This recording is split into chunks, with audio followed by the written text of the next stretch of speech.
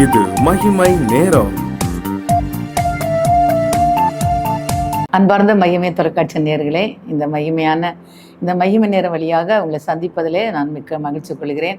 கர்த்தர் கொடுத்த இந்த மகிமையான நேரத்தை நாம் மகிமையாக கர்த்தருக்குள் செலவழிக்கும்படியாக அந்த மகிமை நேரத்தை நாம் ஒவ்வொரு நாளும் நாம் கண்டுகளித்து வருகிறோம்.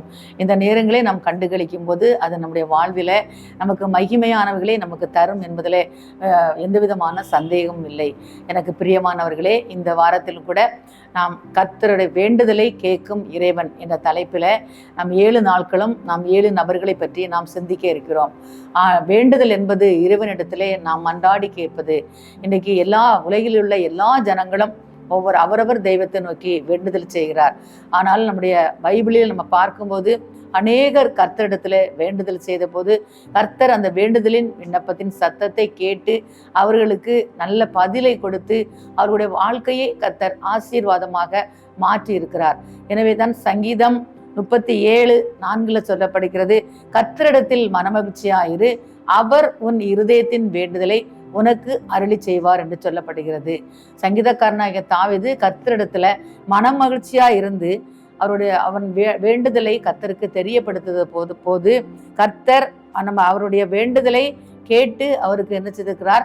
அருளி செய்திருக்கிறார். எனவே தான் பெற்ற இன்பத்தை இவ்வுலகம் பெற வேண்டும் என்று சங்கீதக்காரனாகிய தாவீது அவருடைய சங்கீத பகுதியில இந்த வசனத்தை அருமையாக குறிப்பிட்டிருக்கிறார். கர்த்தரிடத்தில் மனமகிழ்ச்சியாயது, அவர் உன் இருதயத்தின் வேண்டுதல்களை உனக்கு நிறைவு செய்வார் என்று சொல்லப்பட்டிருக்கிறது. நாம் கர்த்தரிடத்திலே நாம் என்ன செய்ய வேண்டும்? மனமகிழ்ச்சியா இருக்க வேண்டும். அப்படி இருந்து நம்முடைய இருதயத்தின் வேண்டுதல்களை கர்த்தரிடத்துல சொல்லும் போது நம்முடைய இருதயத்தின் வேண்டுதல்களை கர்த்தர் என்ன செய்கிறார்? நிறைவேற்றுவராக அவர் நாம் காணப்படுகிறார். சங்கீதக்காரனும் தன்னுடைய வேண்டுதல்களை பாடல் மூலமாக கர்த்தரிடத்திலே தெரியப்படுத்தின போது கர்த்தர் சங்கீதக்காரனாகிய தாவீதினுடைய வேண்டுதலை அவர் நிறைவேற்றி அவர் தாவீதை உன்னதமான ஒரு நிலையிலே கொண்டு வைக்கிறவராக காணப்படுகிறார். ஆடு மேய்க்கும் தாவீதை கர்த்தர் உன்னதமான ஒரு ராஜாவாக என்ன செய்கிறார்? உயர்த்திருக்கிறார். காரணம், தாவீதினுடைய ஒவ்வொரு மன்னாட்டின் ஜெபத்தையும் கர்த்தர் கேட்டு கர்த்தர் அதற்கு என்ன செய்கிறார்? பதில் கொடுக்கிறவராக காணப்படுகிறார். இந்த நாளில் கூட யாருடைய விண்ணப்பத்தை கர்த்தர் கேட்கிறார் என்பதை நாம் பார்ப்போமானால் வேதாகமத்திலே சொல்லப்பட்டிருக்கிறது. ஆதியாகமம் 25:21 ஈசாக்கின் வேண்டுதல் கேட்கப்பட்டது என்று சொல்லப்பட்டிருக்கிறது. ஈசாக்கின் வேண்டுதல் கர்த்தர் என்ன செய்கிறார்? கேட்கிறார். ஈசாக்கு மலடியாய் இருந்த தன்னுடைய மனைவிக்காக என்ன செய்கிறார்? விண்ணப்பம் பண்ணுகிறார். ஈசாக்கு லாபானின் சகோதரியாகிய ரெபக்காவை திருமணம் செய்கிறார். திருமணம் செய்து அவர்களுக்கு 40 ஆண்டுகள் ஆன பிறகு என்ன செய்யலை? புத்திர பாக்கியம் இல்லை. எனவே அந்த ஈசாக்கு தன்னுடைய மனைவியை நிலைமையை பார்த்து ஈசாக் மனைவிக்காக அவர் என்ன செய்கிறார்? வேண்டுதல் செய்கிறார். அப்போது மலடியா இருந்த தன்னுடைய மனைவிக்காக வேண்டுதல் செய்த போது கர்த்தர் ஈசாக்கினுடைய வேண்டுதலை கேட்டு கர்த்தர் அந்த சகோதரிக்கு ரெபெக்காவுக்கு ஒரு நல்ல ஒரு மகனை ஆண்டவர் என்ன செய்கிறார்? குழந்தை பாக்கியத்தை கர்த்தர் கொடுக்கிறார். இந்த நாளில் கூட நாம் நம்முடைய வேண்டுதலை அவர் கேட்கிறவராக இருக்கிறார். மனைவிக்காக ஒரு கணவன் என்ன செய்கிறார்? வேண்டுதல் செய்கிறார். இந்த நாட்களில் நம்ம பார்க்கும்போது குடும்பங்களிலே மனைவிக்காக கணவன் வேண்டுதல் செய்கிறாரா? கணவனுக்காக மனைவி வேண்டுதல் செய்கிறார்களா? பிள்ளைகளுக்காக பெற்றோர்கள் வேண்டுதல் செய்கிறார்களா? இல்லை என்றால் நாம் வேண்டுதல் செய்யாமல் நாம் மற்றவர்களை நோக்கி ஓடுகிறோமா? இல்லை, நமக்கு அதற்குரிய காரியங்கள் யாராகிலும் நமக்காக வேண்டுதல் செய்ய மாட்டார்களா என்று மற்றவர்களை நோக்கி நாம் ஓடிக்கொண்டிருக்கிறோமா? இந்த வசனத்தை பார்த்தால் தன் மனைவிக்காக ஈசாக்கு என்ன செய்தார்? வேண்டுதல் செய்தார் என்று சொல்லப்பட்டிருக்கிறது. பிரியமானவர்களே, நம்முடைய வீட்டில் உள்ளவர்களுக்காக நாமே வேண்டுதல் செய்யும் போது ஆண்டவர் நம்முடைய வேண்டுதலை அவர் என்ன செய்கிறார்? கேட்கிறார். ரெபெக்காளை தேவன் என்ன செய்தார்? நினைத்தருளினார். ரெபெக்காளுடைய நிலைமையை பாருங்கள்.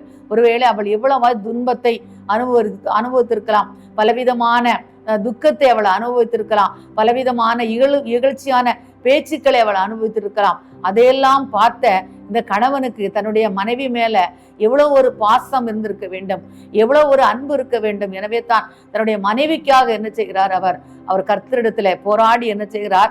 ஜெபிக்கிறார். இன்றைய நாட்களில் கூட நாமும் நிகழக்கூடாது, நமக்கு இது நடக்காது என்று நம்முடைய வாழ்க்கையில ஏதேனும் குறைகள் நிவர்த்தி செய்யப்படாமல் நம்முடைய ஜெபம் கேட்கப்படாமல் இருக்கலாம். ஆனால் நாம் என்ன செய்ய வேண்டும்? நம்முடைய வீட்டில் உள்ளவர்களுடைய காரியங்களுக்காக நாமே என்ன செய்ய வேண்டும்? ஜெபிக்க வேண்டும். நம்முடைய மனைவிக்காக நாம் ஜெபிக்க வேண்டும். நம்முடைய கணவருக்காக நம்ம ஜெபிக்க வேண்டும். நம்முடைய பிள்ளைகளுக்காக நாம் ஜெபிக்க வேண்டும். நம்முடைய உடம்புறவுகளுக்காக நாம் என்ன செய்ய வேண்டும்? ஜெபிக்க வேண்டும். அப்படி ஜெபிக்கும் போதுதான் கர்த்தர் நம்முடைய ஜெபத்தை என்ன செய்கிறார்? கேட்கிறவராக காணப்படுகிறார். அந்த ஒரு மனைவியினுடைய கண்ணீர் இந்த கணவனை என்ன செய்திருக்கிறது? அசைத்திருக்கிறது. அந்த மனைவியை அவன் நோக்குகிறவனாகவே காணப்பட்டிருக்கிறார். அந்த மனைவியினுடைய நிலைகளை அவர் உணர்ந்தவராக காணப்படுகிறார். மனைவியுடைய எண்ணத்தை அவர் அறிகிறவராக காணப்படுகிறார். எனவே தான் தன்னுடைய மனைவியுடைய துக்கத்தை தாங்க முடியாமல் இந்த ஈசாக்கு என்ன செய்கிறார்? தன்னுடைய மனைவிக்காக என்ன செய்கிறார்? வேண்டுதல் செய்கிறார். அப்படி வேண்டுதல் செய்ய போது ஆண்டவர் என்ன செய்கிறார்? ஈசாக்கினுடைய வேண்டுதலை கேட்டு ஒரு குழந்தை பாக்கியத்தை அவர் என்ன செய்கிறார்? கட்டளையிட்டிருக்கிறார். எனவே அந்த குடும்பம் ஒரு ஆணினுடைய ஒரு ஜெபத்தினாலே ஒரு குழந்தை பாக்கியத்தை பெற்று அந்த குடும்பத்தில் உள்ள அந்த இகழ்ச்சியான பேச்சுக்கள், அந்த குடும்பத்தில் உள்ள ஒரு துக்கம், குழந்தை பாக்கியம் இல்லை என்கிற துக்கம் ஒரு ஆணினுடைய ஒரு ஜெபத்தினால என்ன செய்கிறது? வல்லமையாய் அந்த குடும்பம் வளர கர்த்தர் உதவி செய்தார். இன்னைக்கு குடும்பங்கள் இருக்கிற ஆண்கள் நம்ம பெண்களுக்காக நம்ம ஜெபிக்கிறோமா? பெண்கள் ஆண்களுக்காக நம்ம ஜெபிக்கிறோமா? பிள்ளைகளுக்காக நம்ம ஜெபிக்கிறோமா என்று நாம் பார்க்க போனால் நாம் எப்படி இருக்கிறோம் என்பதை நமக்கு நாமே கேள்வி கேட்டுக்கொள்வோம். நம்முடைய குறைகளுக்காக கர்த்தரிடத்திலே நாம் வேண்டுதல் செய்வோம். தினமும் நாம் என்ன செய்வோம்? ஆண்டவரிடத்துல விண்ணப்பத்தோடு கூட நிற்போம். இந்த ஈசாக்கு எப்படியெல்லாம் அந்த மனைவிக்காக ஜெபித்திருப்பான். ஆண்டவரே, என்னுடைய மனைவியுடைய கண்ணீரை பாரும், என்னுடைய மனைவிக்கு ஒரு சுந்தர பாக்கியத்தின் ஆசீர்வாதத்தை கட்டளையிடும் என்று ஈசாக்கு என்ன செய்திருப்பார்? ஜெபித்திருக்கிறார். எனவே அப்படி ஜெபிக்கும் போது ஆண்டவர் ஈசாக்கினுடைய வேண்டுதலை நிறைவேற்றி இந்த மனைவியினுடைய குறையை நீக்கி மனைவியை பிள்ளை தாட்சியாக்கி அவர் என்ன செய்கிறார்? சந்தோஷப்படுத்துகிறார். எனவே இந்த ஈசாக்கினுடைய வேண்டுதல் நிமித்தமாக அந்த குடும்பம் பெரிய குடும்பமாக வளர்ந்து வேதாகமத்திலே பெரிய இடத்தை பெற்றிருக்கிறது. எனக்கு அன்பானவர்களே, இதை கேட்டுக்கொண்டிருக்கிற நீங்கள் யாராயிலும் சரி, உங்களுடைய குறைவு, ஒருவேளை உங்கள் வீட்டிலே ஒரு குழந்தை பாக்கியம் இல்லாமல் நீங்கள் கஷ்டப்படலாம், எந்த ஒரு குறைவுகளோடு கஷ்டப்படலாம். குறைவுகளோடு தேவனிடத்திலே உங்க குறைவுகளை சொல்லுங்கள்.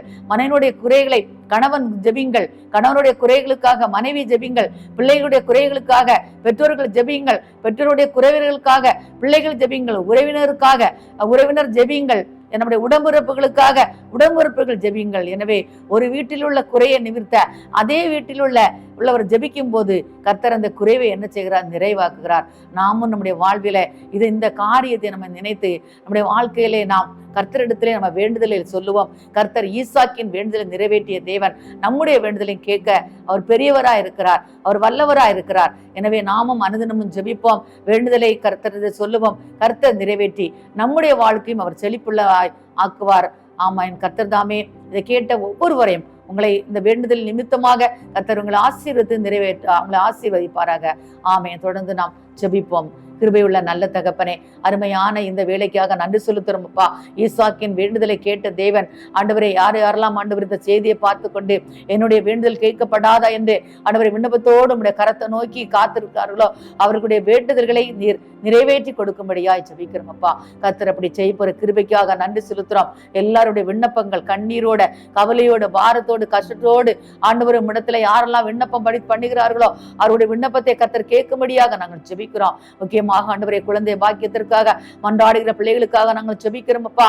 முயற்சி எடுக்கிற பிள்ளைகளுக்காக நாங்கள் ஜெபிக்கிறோம் ஆண்டவரே. மருத்துவமனையில சிகிச்சை பெறுகிற பிள்ளைகளுக்காக ஜெபிக்கிறோம். கர்த்தர் கற்பத்தின் கனியை திறந்து குழந்தை பாக்கியங்களை ஆண்டவரை கொடுத்து ஆண்டவரே நீர் மகிழ்ச்சியாக்கும்படியா ஜெபிக்கிறோம். கர்த்தர் அப்படி செய்ய கிருபைக்காக நன்றி செலுத்துறோம். இயேசுவின் நாமத்தில் ஜெபிக்கிறோம் நல்ல பிதாவே, ஆமென்.